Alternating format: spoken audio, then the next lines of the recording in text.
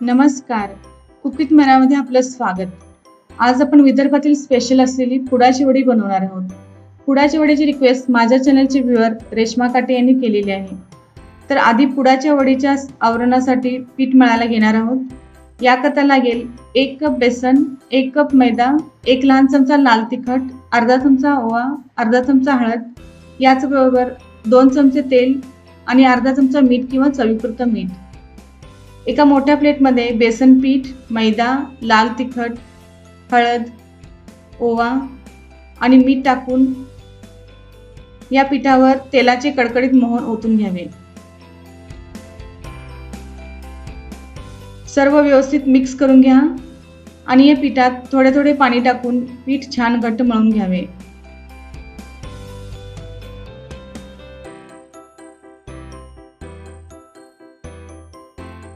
वर झाकण ठेवून आतील सारण तयार होईपर्यंत पीठ बाजूला असेच ठेवून द्यावे.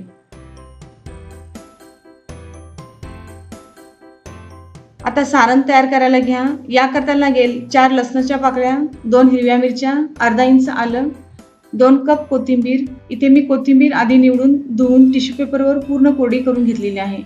यामुळे वड्या लगेच मऊ नाही पडत. कोथिंबीर कोरडी झाल्यानंतरच बारीक चिरून घ्यावी.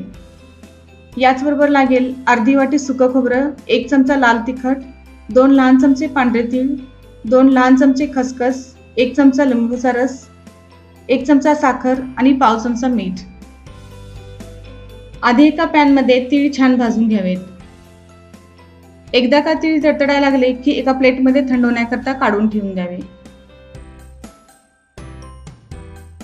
यानंतर खसखस पण छान भाजून घ्यावी. खसखसचा थोडा कलर चेंज झाला की प्लेटमध्ये ती काढून घ्यावी.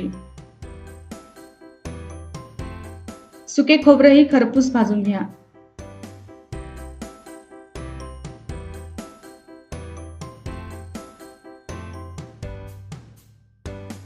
आता 1 चमचा तेल गरम करून लसूण, मिरची आणि आलं परतून घ्या.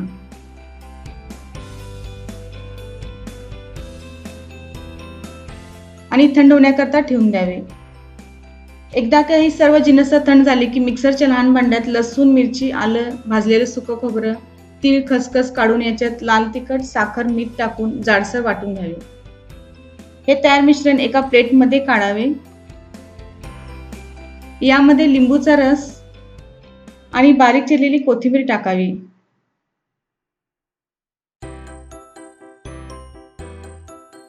आणि हे सर्व छान मिक्स करून घ्यावे.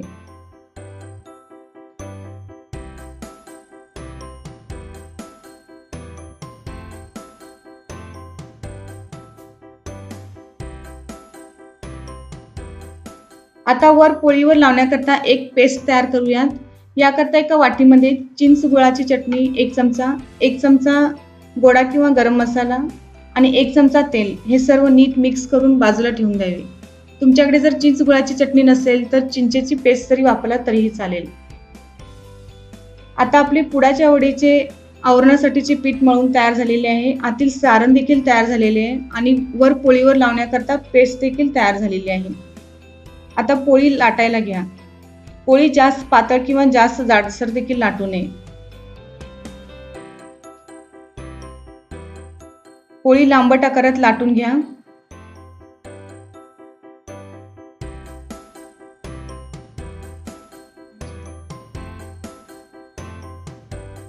वर पोळीवर चिंच गरम मसाल्याची पेस्ट सगळीकडे नीट लावून घ्या.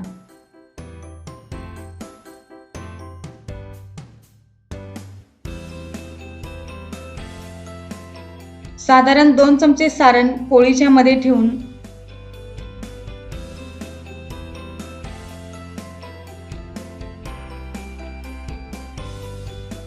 एका बाजूने पोळी वर पलटून घ्यावी.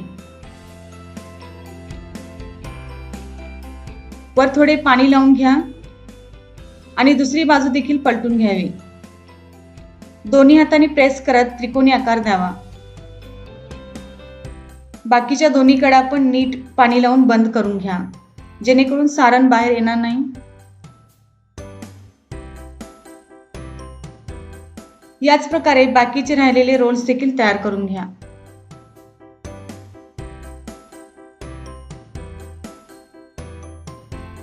फ्राय करताना तेल थोडे गरम झाले की रोल्स सोडून नीट फ्राय करून घ्या.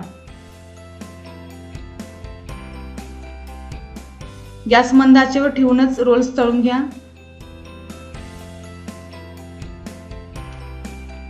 साधारण 7 ते 8 मिनिटात हे रोल्स छान कुरकुरीत तळून तयार होतात.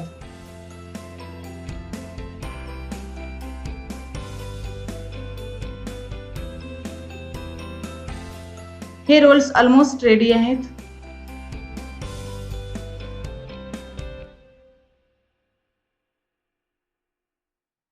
टिश्यू पेपरवर या रोल्सना काढून घ्या. तयार रोल्स मधील एक रोल मी कट करून दाखवत आहे, जेणेकरून तुमच्या लक्षात येईल की हे पुड्याच्या वडीचे रोल किती छान कुरकुरीत झाले आहेत.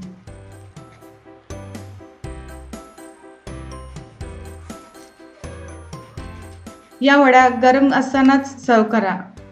या पुड्याच्या वड्या खूप स्वादिष्ट झाल्या आहेत. ही पुड्याच्या वडीची रेसिपी तुम्ही नक्की ट्राय करून पहा आणि तुमच्या वड्या कशा झाल्यात हे कमेंट्सद्वारे कळवा. तसेच अधिक नवीन व्हिडिओज करता कुक विथ मराला सबस्क्राईब करा. धन्यवाद.